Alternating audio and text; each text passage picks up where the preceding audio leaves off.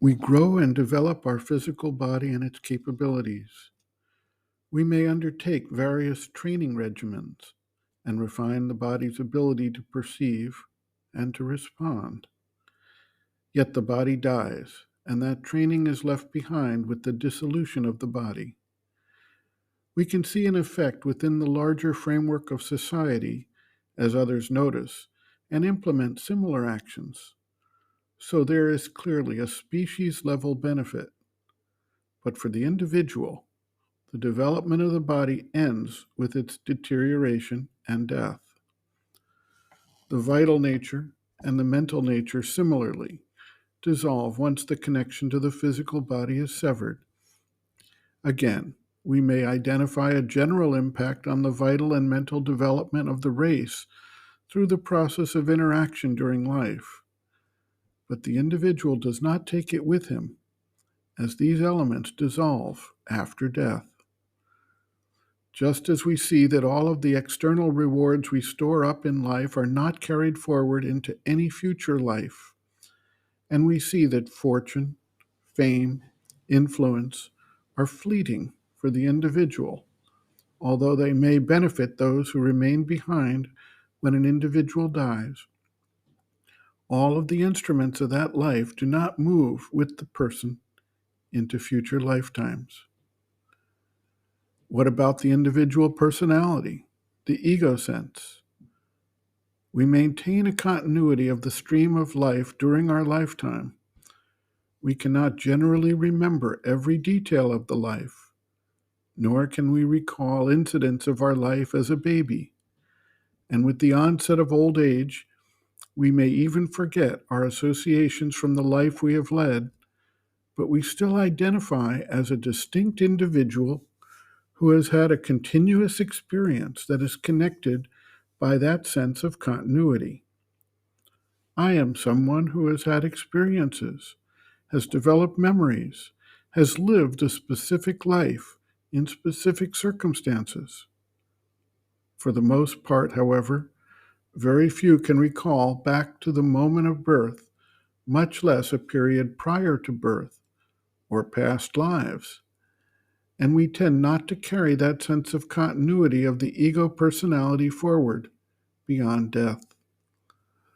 The mother clarifies that it is not, generally, the ego personality that gathers the fruit of a life's experiences and carries that experience forward, but the soul entity, the psychic being.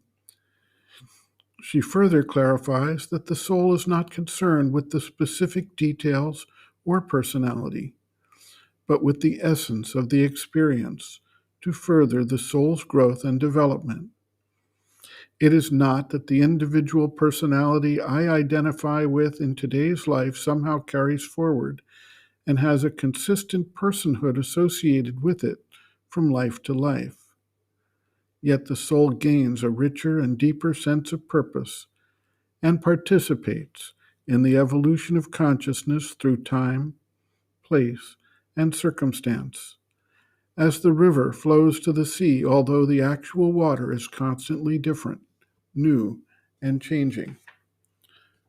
A disciple asks, Mother, since in each new life the mind and vital as well as the body are new, how can the experiences of past lives be useful for them?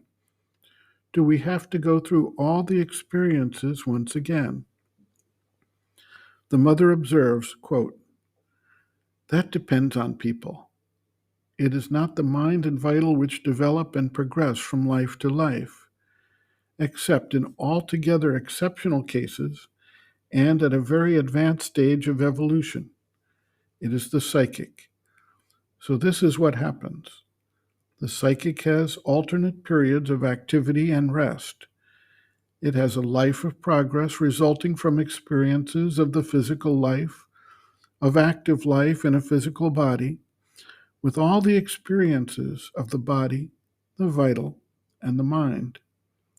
Then, normally, the psychic goes into a kind of rest for assimilation, where the result of the progress accomplished during its active existence is worked out. And when this assimilation is finished, when it has absorbed the progress it had prepared in its active life on earth, it comes down again in a new body, bringing with it the result of all its progress, and, at an advanced stage, it even chooses the environment and the kind of body and the kind of life in which it will live to complete its experience concerning one point or another. In some very advanced cases, the psychic can, before leaving the body, decide what kind of life it will have in its next incarnation. End quote.